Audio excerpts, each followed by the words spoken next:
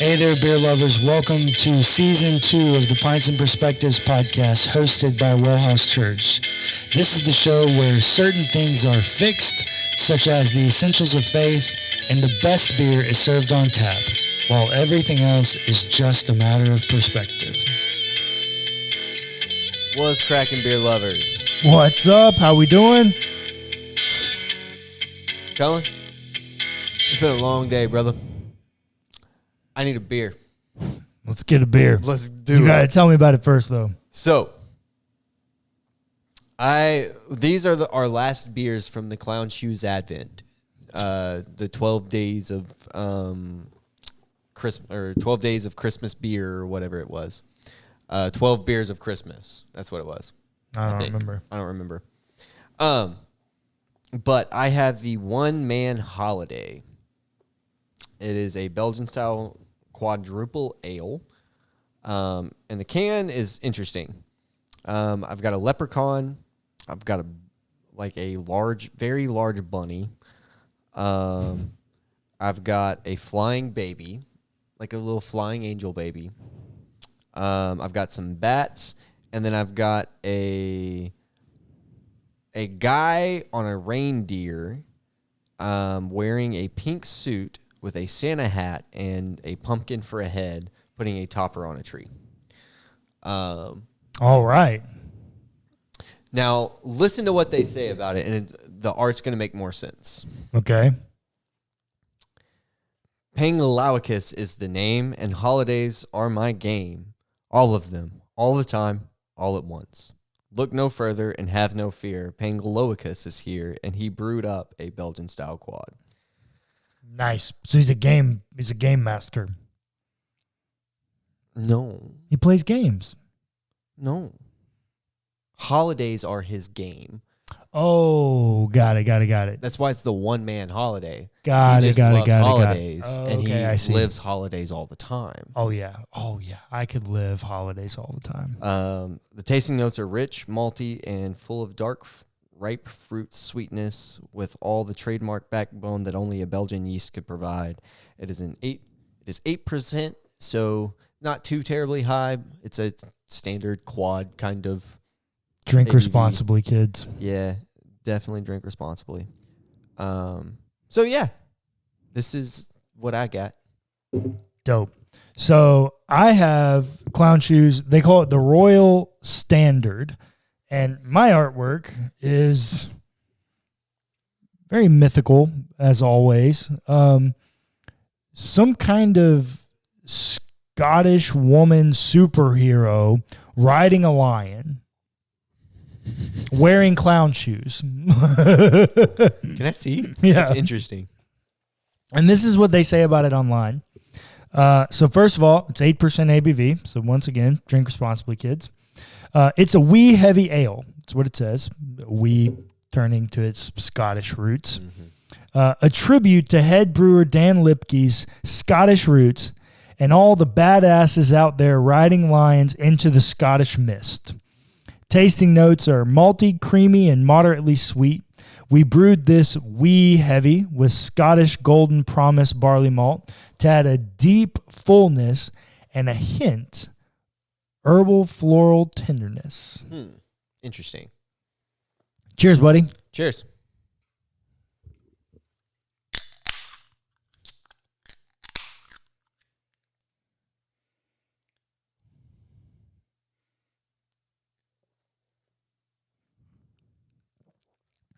That was nothing like I expected. Mine tastes exactly like I expected it to taste. Definitely more on the sweet side for me. Don't typically like super sweet beers, which usually malt first beers tend to be more sweet. Yeah. And Scottish beers tend to be sweeter, just as a category. It's a general yeah. So yeah, for what it is, fantastic. It's like a 6.8 for me. Yeah, I did not expect that dark fruit note to present so forward. But it is. It's really forward. Like I get lots of like dates and things. Mm. It's really interesting. Dates are always a weird fruit note to have in certain beers. Yeah, but it works. What's the color on that? Oh, it's pretty light. Yeah, it's kind of golden-ish. Yeah, date would be something I would expect in something darker. Yeah, but like I'm kind of getting that here. And it's interesting with the Belgian yeast, and with the kind of wheat malty background that's happening. Almost tastes kind of like a pastry, huh? No, not quite. Not like a jam or because it's got like a tartness to it too. It's interesting. I don't think I've ever had a quad like this. I'm probably sitting at like a 7.2. Okay. So just like middle of the road. Mm-hmm. It's Good. So today we talk theological method. Let's do it. How do we do theology? Okay, so in engaging theology, they begin, and what they're really doing is they're having a conversation about whether you're doing theology from above or theology from below. And in order to have that conversation, they ground it in two theologians. Clayton, who are the two theologians? Thomas Aquinas and Karl Barth. And who represents which one? So Aquinas is the God that is above, and no, I'm sorry, it's reversed. Yep. Yeah, you're right. Aquinas is the God that's more immanent, and Barth is the God that is more transcendent. Easy way to remember this is Aquinas is known less as a theologian and more as a philosopher. Mm-hmm. And who's his preferred philosopher? Aristotle. Which is a very eminent view of ethics and life down here. You remember the famous School of Athens painting where Aristotle's got his hand out this way, pointing like towards earth, the ground, and Plato's pointing up at the forms. Mm-hmm. So Aquinas is the theology from below kind of person, which is a very like natural theology kind of position. And Karl Barth is the other one, and he's the definitive like theology from above person. Right. And the real kind of smoking gun, it's not really a smoking gun, but the real thing, if you're looking for a way to remember Karl Barth, is you could remember Karl Barth's famous debate with Emil Brunner over natural theology, at which point Karl Barth is vehemently against any form of natural theology. Right. He thinks all of theology should be done from above. Now, and it's interesting that they pick these two dudes because these two dudes live... They feel like they live in contrast to each other. Well, they live 700 years apart in different countries. Yes. So it's like not really great conversation partners, but they do both represent well what the point that they're trying to get across, and they end up calling them frenemies, which is true. They would not agree theologically. I don't think so. But something they do have in common is their radicalism, right? Like, which I think is important. In what way? Because I mean, Aquinas was this kind of took on this or became a part of this order that's the Dominican order that's really radical, doing new things kind of type deal. Well, so it's not new things. It's new to Thomas. Right. Because he's wealthy. Right. And they want people to take like vows of poverty. No, but Thomas chose to join the Dominicans, a newly formed order of the Mendicants or beggar preachers. Right, but they're a subcategory of the Mendicants, which are long-standing tradition. The newness element of them is just the vow of poverty. Right. And Barth's whole thing about like rejecting liberalism in all forms. Yeah. Right. Just very radical kind of dudes. Yeah. I mean, for Barth, you got to kind of understand, living in the early 1900s, the rejection of liberalism isn't that radical, right? We're on the tail end of modernity. postmodernity is on the rise. There's lots of things changing. But you also have to think get about like in Germany where he's living, Yep. like with the rise of fascism and Nazism, right? Like, Yeah. There's very fair points. Very fair points. They also happen to be arguably the two most they wrote voluminous a lot of things. They wrote a lot of things from the church. Like if you were looking for like top 3 people who wrote published the most crap, R.C. Sproul is number 1. I actually think Aquinas hasn't beat. Oh, I was kidding. Oh, but yeah. No, like I don't think anybody beats Aquinas. he wrote a lot of. I think they put in here how much he wrote, and it's like 11 million, not volumes, but I'm probably not gonna remember or find it. He wrote a lot of stuff. Wrote a ton of stuff, and Karl Barth wasn't really any different. I mean, Karl Barth wrote a ton as well. So these are two of the most well-written theologians in the church's history. Yeah. And they end up having a conversation about doctrine versus doctrines, which I'm personally going to skip over because I think it's an arbitrary and pointless distinction. Right. Apologies. Ben and Randy, I love you guys. I'm going to skip that. And then they venture into conversation about sources of theology.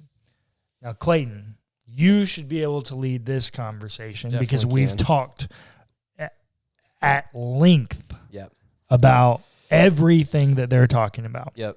And what are they talking about? So they're talking about the Wesleyan quadrilateral. Yes. It's not exclusive to the Wesleyan tradition anymore. No, it is not, but that is the term that is correct. Talked about here. Meaning that we build theologies in 4 ways. Mm-hmm. Scripture, how do they do it? Scripture, tradition, reason, and experience. Those are the 4 sources of theology. Now, as they do and as we believe, Scripture carries a little bit more weight. Mm-hmm. It's not an else. equilateral. It is not a quadrilateral. It's a quadrilateral. There are 4 quadrants, of which they are not equal. Scripture does get more weight. Right. The question of how big that quadrant is one that is up for debate. And if you've listened to this podcast very long, you will know that I am on the lesser end of that spectrum. I give it more credibility than the other 3, but not by much. Mm-hmm. The way that I like to say it is 26% of the quadrilateral goes to Scripture, and the remaining 24.33333% gets in all the other categories. And I feel very comfortable sitting there. We did a whole episode on the quadrilateral. I think we last did. Year. I think we did a whole episode, or maybe a series. I think it was just one episode on the quad, but it may be. I love what they talk about here, though. That this idea that Scripture is kind of like the most important thing may lead to the idea that the Bible is like a cluster of free-floating factoids.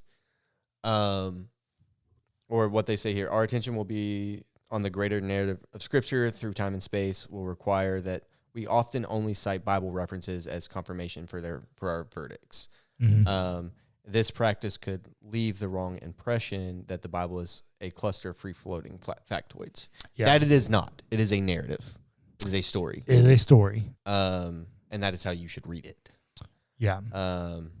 And if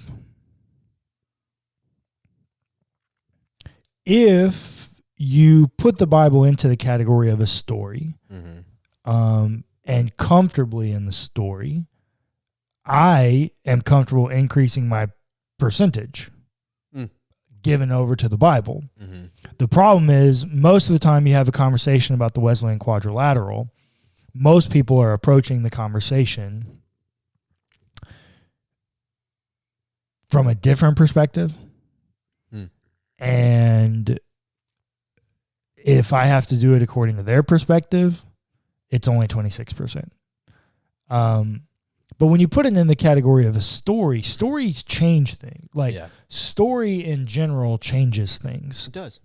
And so now what they don't actually, when they actually get to their diagram, they don't have it as a quadrilateral. They don't. Scripture ends up being this like centerpiece, 3-pointed triangle that Scripture's in the middle of. Yeah, it is a centerpiece with, At which point Scripture becomes a conversation partner with each of them. Right. Well, we'll get there and we'll talk about that. But. So the four categories are Scripture, which we've talked about, reason, which you should think very like modern Enlightenment kind of ideas about reason and thinking and science and all of those things. Experience, you should think very postmodern. Everything about what your experience and your personal encounters with the divine leads to that's experience. And tradition, you should think about the church tradition. You should think about history. You should think about creeds and councils, and you should think about the way that God has moved throughout history. Now, it is not exclusive to this, but whenever I think about tradition, I think about like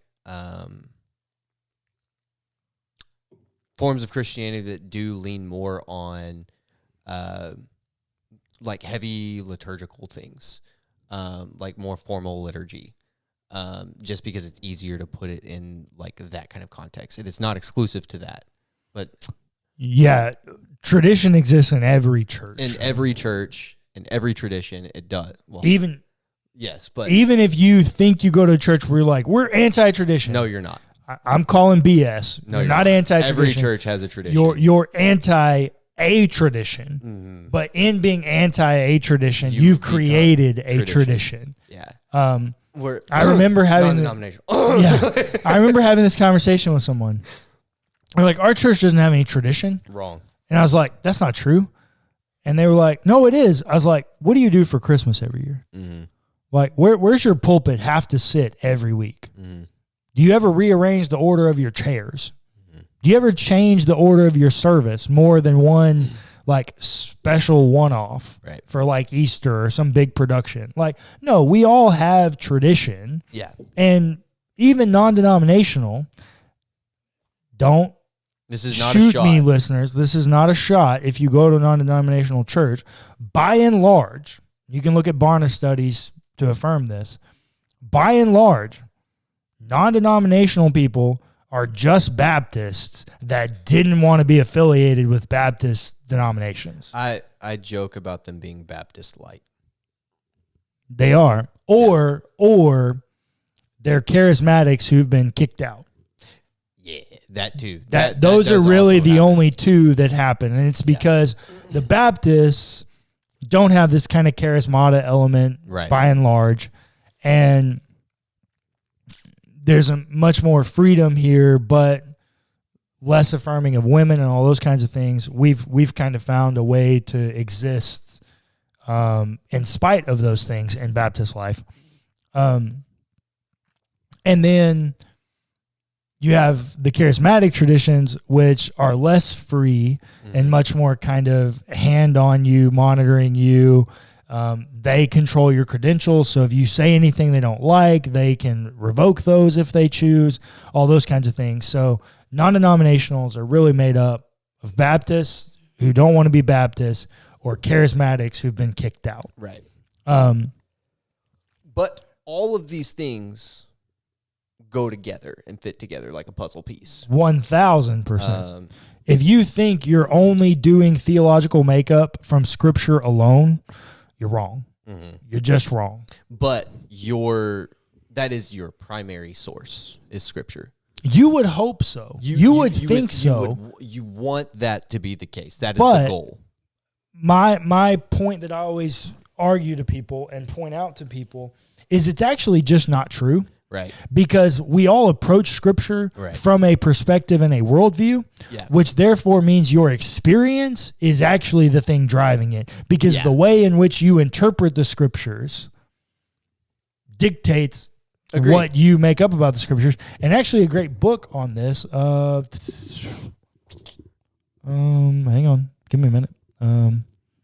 It must be over here. Oh, it's down there, right next to the red book. Nope, other side. Yep. Misreading Scripture with Western Eyes by Randolph Richards. and Brandon O'Brien. Yep. That book, if you've not read it, and there's a new one, I don't think Randy wrote it. I think maybe somebody else wrote it. But it's called Misreading Scripture with Individualist Eyes. Ooh, I've not read it yet.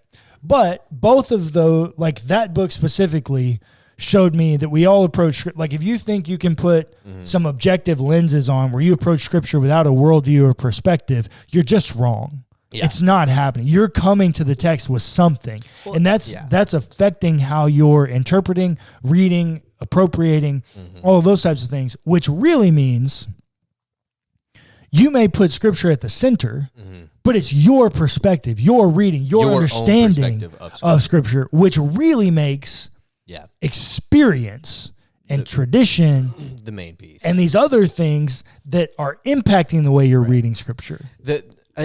That's why I don't like their middle thing. I don't really like that either. Although what they're trying to say idealistically, I think I'm on board with. Right? Like Scripture 1000% agree. Scripture needs to be the basis. Yep. Now we all approach the Bible with our own biases. Oh, right? 1000%. Influences all these other things. 1000%. Yeah, we Which all is do. why there's thousands upon thousands of different forms of Christianity. Well, and I'll tell you, it changes. Yeah. Like your biases change. I remember used to when somebody would ask me about the Bible, like in some kind of like, what's your qualm with the Bible kind of conversation, or like an inerrancy conversation, my go-to was the Canaanite conquest. Now, if somebody asks me, my go-to are contradictions in marriage and divorce narratives. Well, yeah, because that's your experience currently. Because my experience currently is I am going through divorce. By the time this podcast goes out, I will be officially divorced. Because I got cheated on. Please don't turn the podcast off because I'm a divorced pastor. I got cheated on. I had no choice. But like your experience will change the way that you approach the Scriptures and the things that stand out to you and pop and like become vibrant for you. And so it like, and I get in that element, I love that they want the conversation piece for the Scriptures with these other three elements or sources of theology. I'm not sure that if we were going to use their diagram, I don't think it should be this. I don't think it should be that rigid. Well, I actually think I forgot. I didn't realize they did this. This is the only way I'm okay with this because it's a perpetual. Right. Everything flows in every direction. So that I did like, and the arrows that are bolded pointing from Scripture to the other things. But it's still, when you try to put it in a diagram, I think it is still limiting, and no matter what way you want to try to put it out. Well, because all of those things are going to change. And some lines might be more bolded than others in different points. Well, the only one, in theory, the only one that won't change is tradition. Right. In theory, yes. Now, your interpretation, your understanding of tradition will change. Right. For instance, this is just me and a part of my own deconstruction journey. One of the things I used to pride myself on about being a Baptist is how we've reached all these people with the gospel. Yeah. I'm now convinced that that's oppressive colonization, and I actually am vehemently against that kind of evangelism tactic. Yeah. I don't think that's not what I see when we talk about Christian witness and mission. And so, like, Yeah. my experience, my reason, all of the things happening has brought me to a place where I'm reinterpreting Right. how I once viewed tradition. But tradition didn't change. How I viewed tradition changed. Right. Ultimately, this is kind of the basis of how we build theology. It's the sources of theological method. We need these four things, and however you want to weight them, Scripture does need to be weighed the most. 1,000%. Scripture has to be weighed the most. But this is how we build theology. And as we've talked about before, building theology using these categories within the creeds, you're good. Doing it this way also allows a lot of freedom in building theology, as long as you're within the creeds. You know what I mean? I would say if you're solely basing everything off of Scripture, which you can't really do, right? But a lot of people think that they do. You know, that's funny to think about. A lot of people think that they build their theology solely based off of Scripture, but they don't. They don't. A great example, and we'll end after this, but a great example is Rapture Theology. If you ask any Baptist/fundamentalist person, they're going to tell you that Rapture Theology comes from the Thessalonian correspondence. That's not true at all. Rapture Theology originates at a little tent revival in Scotland where a little girl sees a vision. She's like 12. She falls down, slain in the spirit, has this vision of all these people being raptured up to heaven. And who happens to be in the audience and see this at this little tent revival other than American preacher Dwight L. Moody? And Dwight L. Moody, being a good Baptist, knowing his Bible, was like, oh, wait, you can make that interpretation based on Thessalonians. Comes back to America and starts preaching it. Why is Rapture Theology only an American belief?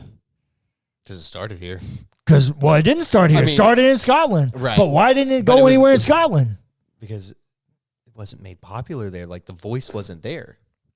It didn't matter. Dwight L. Moody comes back, ties it to Thessalonians, and then everybody says that Rapture Theology originates from Thessalonians. It's just not true. Yeah. It actually originates from an experience of a little 12-year-old Scottish girl. No. Which, Rapture Theology, fully orthodox, right? Like, I mean, we talk all the time about how we're not here for it. I don't think it's a helpful theology. I don't think However, so either. I don't think the creeds rebuke it. Exactly. And so I think it's exciting. And this is the same thing I will say. Like, me personally, my own theological makeup and understandings, I want to be as inclusive as possible. I have like a vehement, like a holy indignation against Rapture Theology because of the way I've been treated by people who affirmed that. Right. But For in the Cullen, same way, it's like a secondary issue. Oh, it's even tertiary for me, I think. Okay. Yeah, it's like so not important because I also have to realize that whether or not something is secondary or tertiary also has to do with the volume of people talking about it. Rapture Theology just does not have the volume that it merits secondary issue. I mean, it's literally only an American belief or those of whom we've colonized. That's it. Right. So, like, just know, no matter what, as much as you try, experience is going to dictate most of your theology. And, like, I just think we're naive if we think it's not going to. Yeah, and I think we have to be careful with this idea. Because remember, going back to Aquinas and Bart, right? And we do need to wrap this up, but I think we have to be careful with allowing, and this is more Bart's argument, that we have to be careful with allowing experience to take over too much, because then we create a God that looks like us more than we look like God, right? Like, that's Bart's argument, whereas Aquinas's natural theology is just like, yeah, this is just kind of what is, like. Yeah, my argument to Bart would be, well, actually, that's exactly what God did. He tried to look like us. Agreed. In Jesus, he tried to look like humanity, but not the individual person with power standing in the pulpit preaching their own message. Oh, you know of course what I mean? not. Like, of course not. So Yeah. We have to be careful with allowing experience to take over too much, and still have to be thinking subjectively about certain things. You mean objectively? Yes, objectively. Sorry. Yeah, I would agree with that. I'm very much so given over to postmodernism. I'm very aware of that. I'm just not sure. I'm not convinced that objective truth exists in this world. Like, not in this world as in the cosmos, but in this world as in this category of conversation. I'm not sure that objective truth exists, other than the truth of the statement is that there is a creator God. Mm-hmm. I really think that's the only objective truth that we can say. I think everything else has an element of subjectivity and experience to it, which impacts its objectivity. So, I hear you, but and I'm just going to say, I know, if you haven't been following along with all of this, Ben and Randy are my former professors. They would not like. They are cringing if they're hearing, and I know Ben listens to the podcast. They are cringing right now at everything I'm saying. Yeah, I want to be careful not to go too far in that category of letting experience take over. Scripture still gets 26%, but also, like, the fact that our experience dictates and impacts how we interpret Scripture makes it subjective. But the creeds still exist. But they're not objective. They're subjective. They were a room of men who interpreted through their experience and the conversation they had and the things that God had said to them, and they came up with creeds. Mm-hmm. But that's how... That still makes them subjective. But that is how we dictate everything else, and like how we guide our own theology, right? Like, also, we do that according to Jesus, of which how many different versions and ways of interpreting Jesus do you know? Yeah. I mean, it's like no matter what, we've got to stop with this idea that there's a way to be objective. Hear me. I'm not saying that there's only one right way to read Scripture or interpret Scripture. That's not what I'm saying at all. Yeah. What I'm arguing is, let's not try to make... what I'm arguing against is eisegesis. Reading what you want into the text. Well, that's fine. Right? Like, that's what I'm trying to argue here. That's fine. I don't disagree with that at all. I think fundamentally that's what I'm trying to argue. Also, don't try to make God fit your own narrative, because he doesn't necessarily.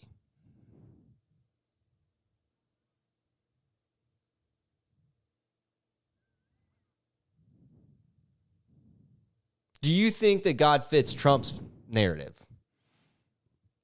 I don't think so, but I think somebody thinks so. Sure, somebody does think so. Subjectivity. Yeah. And here's the question that I want to ask, like,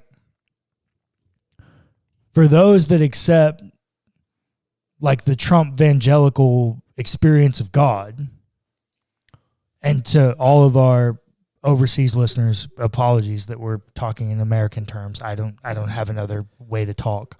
Trump evangelical, meaning the evangelicals that are fully given over. Trust me, my guy. They know.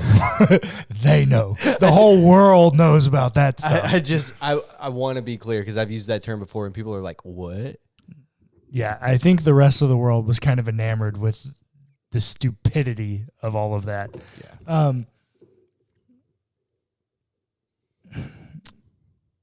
Are they a part of the fellowship? I think so. Like, they have to be. I mean, I don't know. I know that it's not my job to say they're not. Yeah. And so because of that, that is quote unquote proof that there's a subjective element to everything in this. Agreed. Like, Let's also not pretend that we don't eisegete our own ways. Rapture theology is a great example of that. Right. Literally, the word rapture comes from the Latin word raptura, which is not a Greek word at all. Actually, it's raptura is a Latin translation of the word parousia, and parousia means something very different than raptura means. Raptura means to snatch. Parousia means coming. And the ways in which they were used in culture very differently. That's a form of eisegesis, even though we wouldn't say it's eisegesis because it's predominantly held by people, Baptists, fundamentalists, who are against eisegesis. So they wouldn't call it that, even though it is. Right. Subjectivity in all things. And that's why we must have unity in the essentials, liberty in the non-essentials, and in all things, charity.